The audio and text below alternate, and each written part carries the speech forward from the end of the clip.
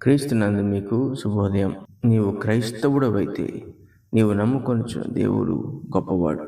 అయితే ఆయన గొప్పతనము నీకు అర్థం కావాలంటే నువ్వు ఆయన ఎదుట నడుచుచూ ఉండాలి. మనుషులకు తగినట్లుగా కాకుండా ఆ దేవునికి తగినట్లుగా ఆయన ఎదుట నిరభ్యంతరంగా ఎటువంటి సంశయము లేకుండా నువ్వు నడుచుకోవాలి. అప్పుడే నీవు ఆ దేవుని వలన మంచి వాటిని జీవితంలో పొందుతూ ఉంటావు. ఆది కాండంలో యాకోబు తన చివరి దినముల్లో యోసేపుతో మాట్లాడుచు ఇలాగంటున్నాడు. 48వ అధ్యాయము 15వ వచనము. అతడు యోసేపును దీవించి, నా పితరులైన అబ్రహాము ఇస్సాకులు ఎవని ఎదుట నడుచుచుండిరో ఆ దేవుడు నేను పుట్టినది మొదలుకొని నేటి వరకును ఎవడు నన్ను పోషించెనో ఆ దేవుడు. మన దేవుడు ఎంత గొప్పవాడో, ఎంత కనికరపరుడో, ఎంత ఆశ్చర్యకరుడో మనకి అర్థం కావాలంటే ఆయన ఎదుట మనం నడుచుకొని ఉండాలి. అలా ఉంటున్నప్పుడు మన దినములు ఎప్పుడూ కూడా స్తబ్దుగా ఉండవు. మన దినములు ఎప్పుడూ కూడా కొరతతో ఉండవు. అంతేకాదు మన దినములు తృప్తితో ఉంటాయి. అన్ని సందర్భాల్లో, అన్ని సమయాల్లో దేవుడు మన పక్షంగా ఉన్నాడనే సంగతిని మనం తెలుసుకుంటూ ఉంటాం. ఇందువల్ల మనం తృప్తి కలిగి ఉంటాం. కడుపు నిండినా నిండకపోయినా కూడా దేవుడు మనతో ఉన్నాడన్న సంగతిని బట్టి మనం అన్ని విషయముల్లో తృప్తి చెందుతూ ఉంటాం. ముఖ్యంగా ఏ భయం అయితే మనుషుణ్ణి వెంటాడుతుందో ఆ భయము మనము కలిగి ఉండని అవసరం లేదన్న ధైర్యము మనలో నివసిస్తూ ఉంటుంది. యాకోబు జీవితము చూసుకుంటే ఎన్నో బలహీనతలు, కొన్ని తప్పిదాలు, ఇవన్నీ కాక శ్రమలు తన జీవితంలో ఉండటం జరిగింది. అయితే వాటన్నిటిలోనూ కూడా దేవుడు అతన్ని కాపాడినట్టుగా, అతన్ని పోషించినట్లుగా ఇక్కడ ధైర్యముగా చెప్పగలుగుతున్నాడు. మన దేవుడు మన పక్షంలో ఉన్నప్పుడు, అంటే మనం ఆయన ఎదుట నడుచుకొనుచున్నప్పుడు మనను అన్ని విషయముల్లోనూ ఆయన బలపరుస్తూ ఉంటాడు. నీ బలహీనతలను దేవుడు తీసివేస్తూ ఉంటాడు. నువ్వు చేసిన అపరాధములను తీసివేయుటకు ఆయన మార్గములను ఏర్పాటు చేస్తూ ఉంటాడు. నీ విషయంలో సమస్తమును ఆయనే దగ్గరుండి చూచుకునేటట్లుగా నిన్ను ప్రేమిస్తూ ఉంటాడు. ఆ దేవుడు నిన్ను పోషిస్తున్నప్పుడు నువ్వు దేని విషయంలోనూ కూడా చింతపడిన అవసరం లేదు. నీ పోషణ బాధ్యత, నీ కుటుంబ పోషణ బాధ్యత దేవుడు తీసుకుంటాడు. కాబట్టి నువ్వు మనుషులు పరిగెత్తినట్టు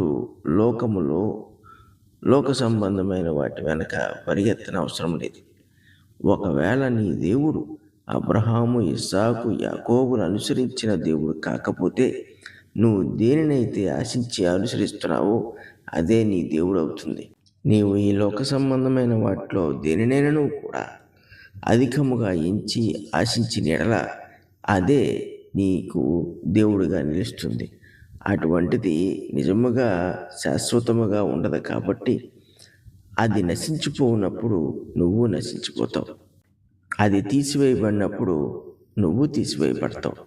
అది ఓటమి చెందినప్పుడు నువ్వు ఓటమి చెందుతావు. అది అపహాస్యము చేయబడినప్పుడు నువ్వు అపహాస్యము చేయబడతావు. కనుక జీవితంలో క్రైస్తవులుగా మన దేవుడు ఎవరో మనకు తెలియాలి. ఏ దేవుణ్ణి మనం వెంబడిస్తున్నావో మనకు తెలియాలి.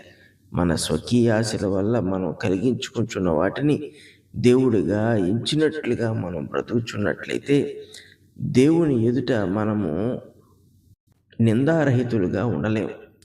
అప్పుడు దేవుడు కూడా మనల్ని అన్ని సందర్భాల్లో పోషించడం. దేవుడు మనల్ని అన్ని సందర్భాల్లో పోషిస్తాడని మనకు వాగ్దానం చేస్తున్నాడు. ఆయన వాక్యము ద్వారా నిన్ను ఎన్నడూ విడువను ఎడబాయను అని తన ప్రజలకు ఆయన వాగ్దానం చేశాడు. ఎవరైతే ఆయన కనుసన్నల్లో నడుచుకుంటూ ఉంటారో, అంటే ఆయనకు విరోధముగా జీవించాలనే ఆలోచన కలిగి ఉండకుండా ఉంటారో వాళ్ళందరూ కూడా దేవుని చేత పోషింపబడుతుంటారు. ఈ భూమి మీద అనేకులు పోషింపబడుతున్నారు. వాళ్ళు సంపాదించుకున్న దాన్ని బట్టి పోషింపబడుతున్నారు, లేక ఇతరుల వల్ల పోషింపబడుతున్నారు, రకరకాల విధానాల్లో పోషింపబడుతున్నారు. కానీ అది చివరికి మరణము నుండి వాడిని కాపాడలేకపోతుంది. సంతోషం అనేది వాడికి దక్కకుండా చేస్తుంది. అంతేకాదు, నిజమైన ఆనందాన్ని, జీవితాన్ని వాళ్ళు పొందకున్నట్లు చేస్తుంది. కానీ అబ్రహాము, ఇస్సాకు, యాకోబుల దేవుణ్ణి అనుసరించి నడుచుకొనిచున్న వాడు నిజమైన ఆనందమును పొందగలుగుతాడు. యాకోబు ఎన్ని ఒడిదుడుకులు ఎదుర్కొని, శ్రమలను ఎదుర్కొని చివరికి తన జీవితంలో 147 సంవత్సరాలు బ్రతికాడు. బ్రతికిన తర్వాత దేవుడు అతనికి అనుగ్రహించిన ఆశీర్వాదం ఏంటంటే, నిన్ను గొప్ప జనాంగముగా చేస్తాను అన్న మాటను ఆయన నిలబెట్టుకున్నాడు. దేవుడు ఆ మాటను నిలబెట్టుకున్నటకు యాకోబు తన వంతుగా దేవుని ఎదుట నడిచినప్పుడు ఆయన యాకోబును పోషించడం జరిగింది. కాబట్టి చనిపోయాడనుకున్న యోసేపు సైతము మళ్ళీ తన కన్నుల ఎదుటకు రావటం జరిగింది. యోసేపును, అతని కుమారులను చూచి తన సంతానము చెదిరిపోలేదని, కొట్టుకుని పోలేదని, దేవుడిచ్చిన వాగ్దానం బట్టి తన బిడ్డలందరూ క్షేమంగా ఉండి ఇంకనూ వాళ్ళు అనేకమైన జనాంగము కాగలరన్న నమ్మకంతో అతడు మరణించాడు. నువ్వు ఈరోజు ఏ నమ్మకముతో అబ్రహాము, ఇస్సాకు, యాకోబుల దేవుడిని అనుసరిస్తున్నావు? దేన్ని ఆశించి ఆయనను వెతుకుచున్నావు, లేక ఆయన ఎదుట నడుచుకొనిచున్నావు? దేనిని బట్టి ఆయన యొద్దకు వచ్చావు? ఎందుకు వచ్చావు? ఈ రోజుల్లో అనేకులు దేవునికి ప్రీతికరముగా ఉన్నట్లు నడుచుకొనుటకు ఆయన యొద్దకు రావట్లేదు. దేవుని యొద్దకు ఆయన విషయమై అర్థజ్ఞానంతో వాళ్ళు వస్తున్నారు. స్వకీయ ఆశలతో వాళ్ళు వస్తున్నారు, దురాశలతో వస్తున్నారు. నిజంగా ఈ లోకంలో మనం విగ్రహారాధనే చేయక్కర్లేదు. కానీ ఏ కోరికనైనను, ఆశనైనను దేవుని కన్నా గొప్పగా మనం ఎంచి దాని కొరకు మనం జీవించున్నప్పుడు అది మన జీవితానికి ఒక విగ్రహం లాంటిదిగా మిగిలిపోతుంది. నువ్వు ఏ వ్యామోహంలో ఉంటే అదే నీకు దేవుడిగా నిలిచిపోతూ ఉంటుంది. అప్పుడు నువ్వు ఎల్లప్పుడూ పాపమే చేయాలి. దేవుని ఎదుట పరిశుద్ధంగా నువ్వు బ్రతకలేవు. దేవుడు కోరిన క్రియలను నువ్వు చేయలేవు. అసలు దేవుణ్ణి ఎదుర్కోలేవు. దేవుని యొక్క సత్యాన్ని ఎదుర్కోలేవు. దేవుని యొక్క వెలుగుని ఎదుర్కోలేవు. దేవుని పరిశుద్ధాత్మ యొక్క సూచనలను, క్రియలను నువ్వు ఎదుర్కోలేవు. ఎప్పుడూ చీకటిలో బ్రతికినట్టుగానే బ్రతకాలి, దాక్కుంటూ బ్రతకాలి. నీ గుర్తింపును మార్చి నువ్వు బ్రతకాలి. మనుషుల ఎదుట నిన్ను నువ్వే గొప్పవాడిగా ప్రశంసించుకోవాలి. నీ యొక్క తలాంతులను నువ్వే ప్రజలకు చెప్పుకొని ఆనందించే జీవితాన్ని నువ్వు జీవించాలి. ఎంతకన్నా దౌర్భాగ్యపు జీవితం ఏది ఉండదు.